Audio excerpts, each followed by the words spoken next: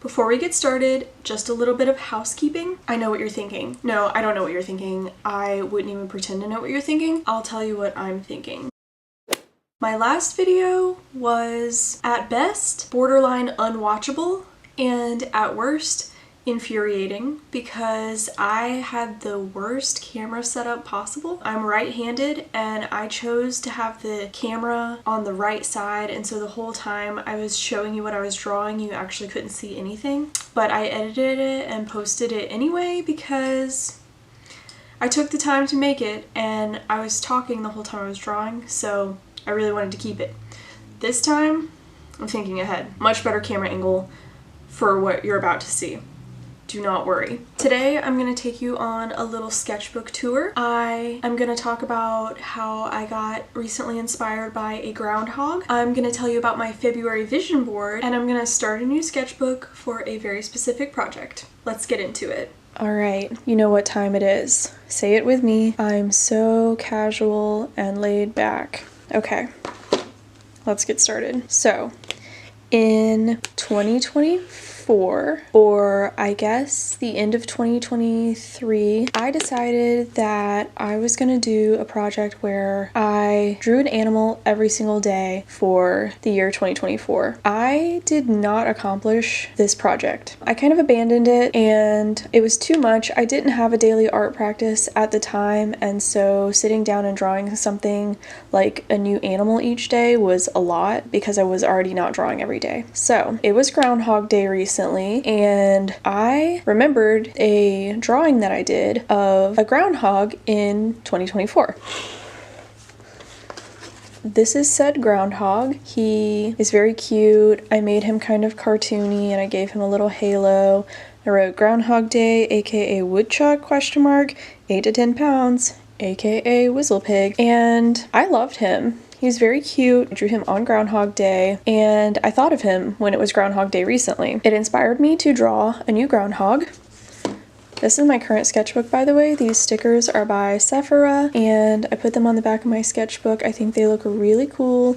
They're like electric dolls, and so there's like a keyboard centipede and all these cutie little guys. So this is my current sketchbook, and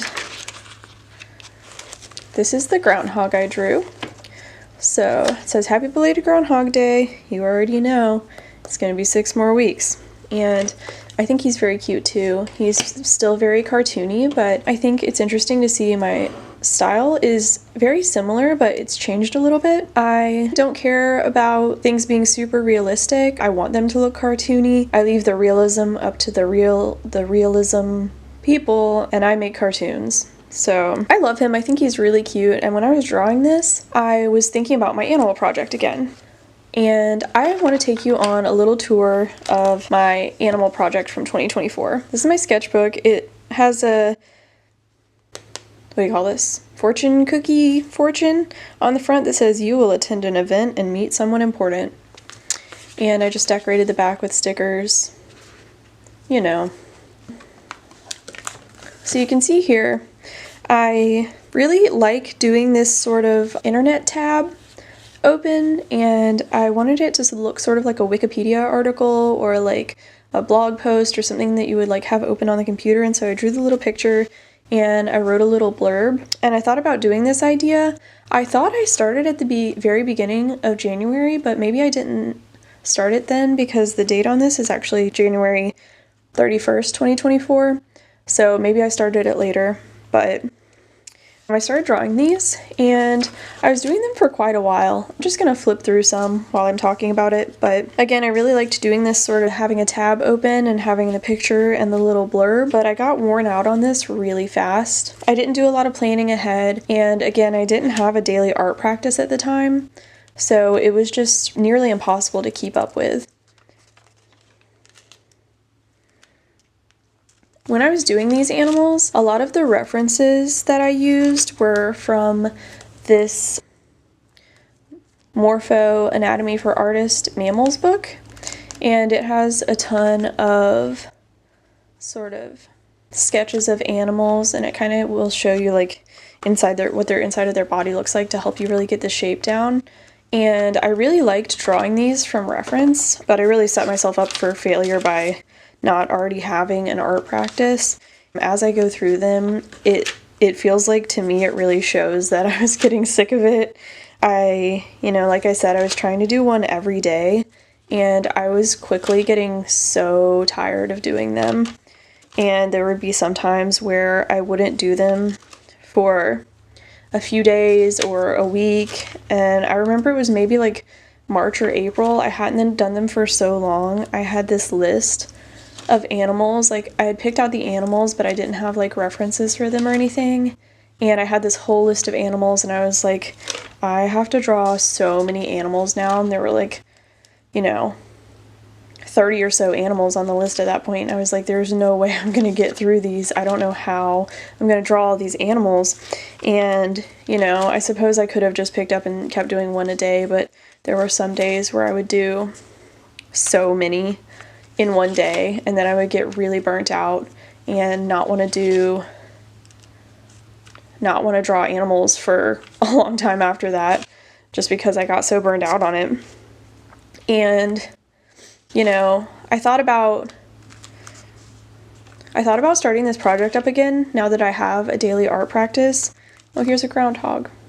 There he is. I thought about starting this practice up again because I do draw every day now. And lately, I see stuff in nature and I keep saying over and over again, I want to learn more about nature. Like, I've got to learn more about nature, because I know some stuff about nature, but I feel like whenever I'm on a walk, I'm like asking all these questions about the stuff around me. I'm like, I don't know what's going on out here. And of course I could Google it right then, but being in the moment or whatever. But I'd love to learn more about animals and nature, just to sort of know more about the world around me. Yeah, so throughout all of these, I'm definitely losing steam. I start getting a little silly with it. I also started getting a little bored with it, I started doing crazy colors. I was doing these shapes. This one, you can tell I was tired, but I didn't set myself up for success, and then I really felt like I was letting myself down. This was a picture I found on Pinterest, and it's very silly, very cartoony, and I was just trying something different to sort of reinvigorate my desire to finish this project out, and I just couldn't do it anymore. And so I did start getting a little silly with it. And yeah, so the rest of this sketchbook, I was just kind of trying to fill the pages because I had abandoned the animal project and I didn't see any way where I could pick it back up, and I was like, well, I'm not doing it every day, so forget the whole thing. I have a lot of trouble with this all or nothing mindset, but I just started kind of, I was really just kind of messing around. This one was really good, and it got messed up because I drew on the back of it, but this one was really cool. I started doing some cool stuff again. I was back in for a minute and then right back out, getting tired again. I probably tried to do too many in one day, and now we just have a burger, So I was really just trying to fill the sketchbook at this point because I was tired of it. I really want to talk about, I really am interested in animals. Oh my god, blur that out. Blur that out. You can't see this one. This one's really good, but I don't want to get my video removed, so this one's going to be blurred out. Yeah.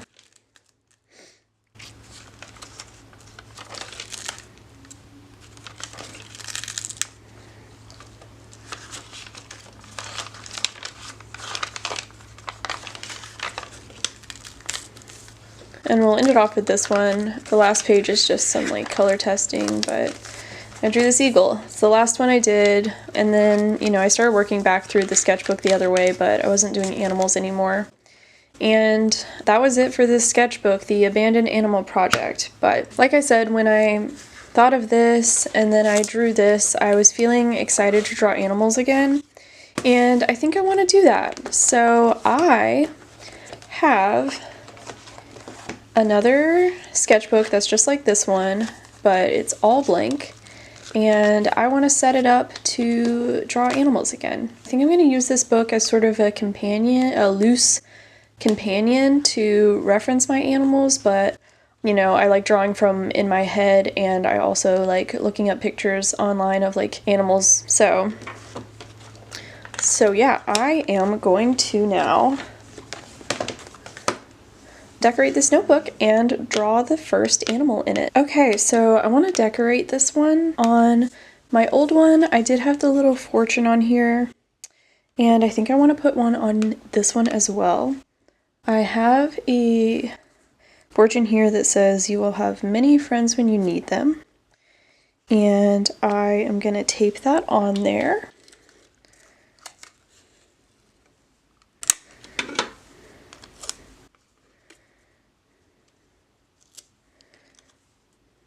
This is going to be infuriating to watch. Okay. You will have many friends when you need them. Now, along the line of friends and also animals, I am going to use these little stickers. It's called Bo Baby's Jungle by Sephora, and at the bottom it says to embellish your life with whimsy and magic. And that's the kind of energy we need for this animal project. So I am gonna put this little panda right here, and then maybe koala bear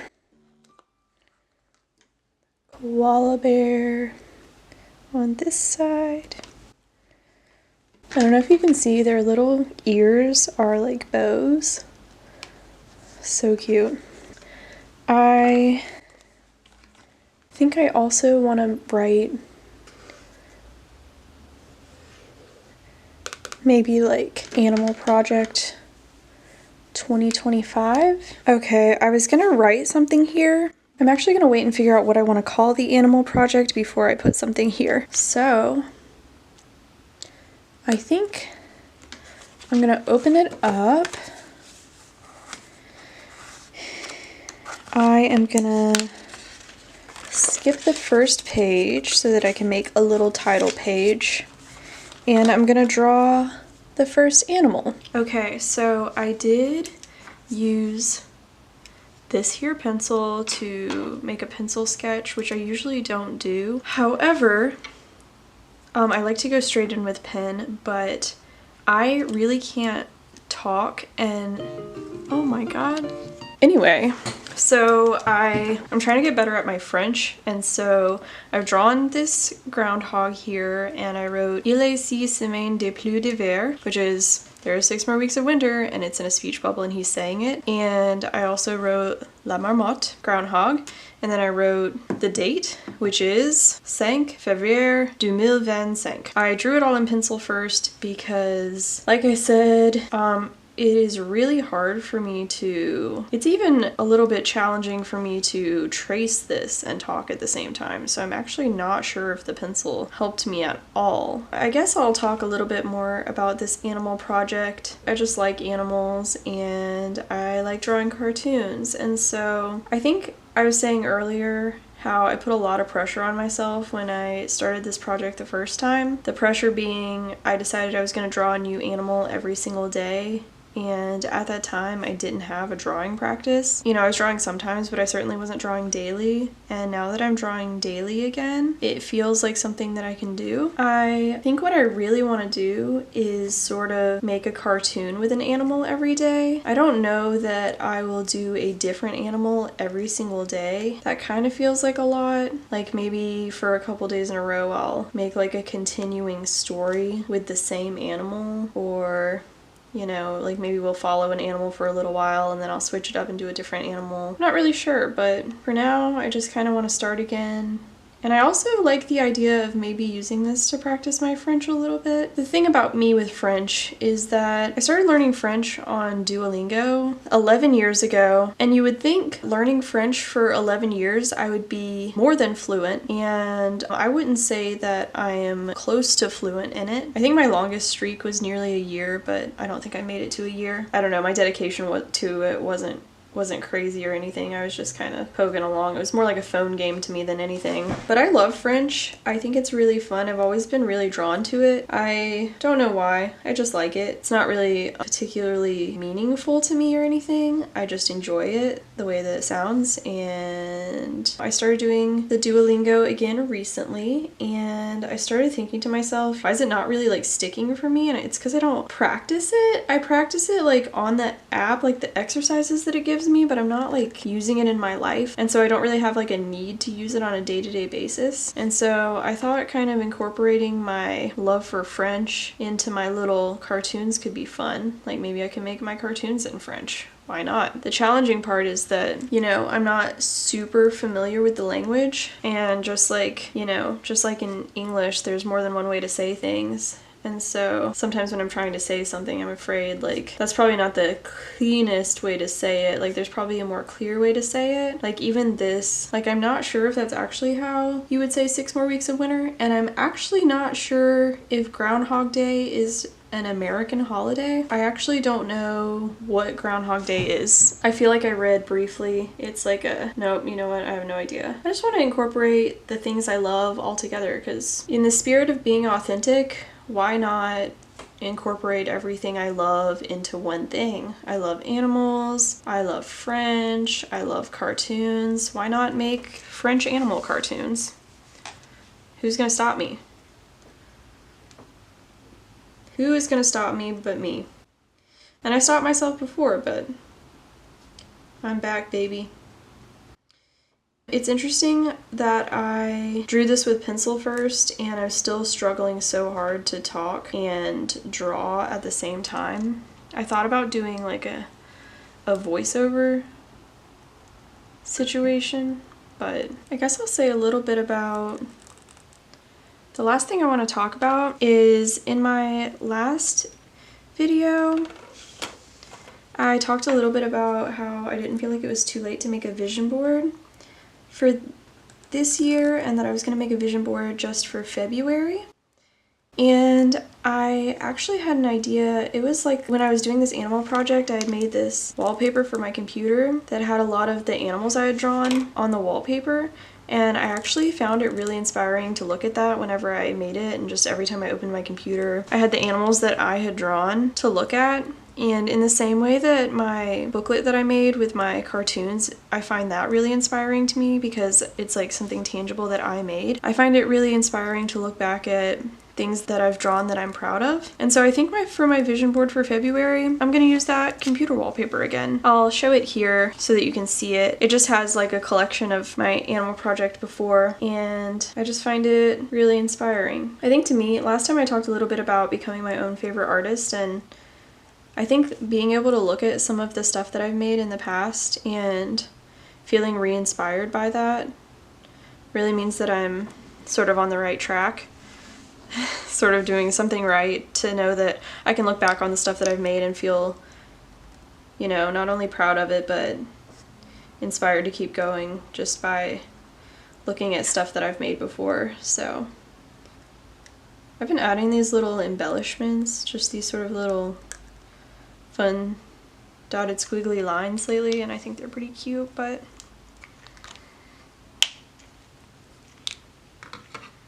so yeah, this is so here he is. This is the first page in my animal project, part 2. And yeah, as always, thank you so much for watching, and thank you for seeing my art. I will be working on my 2025 animal project. I hope you'll tune back in. Until next time.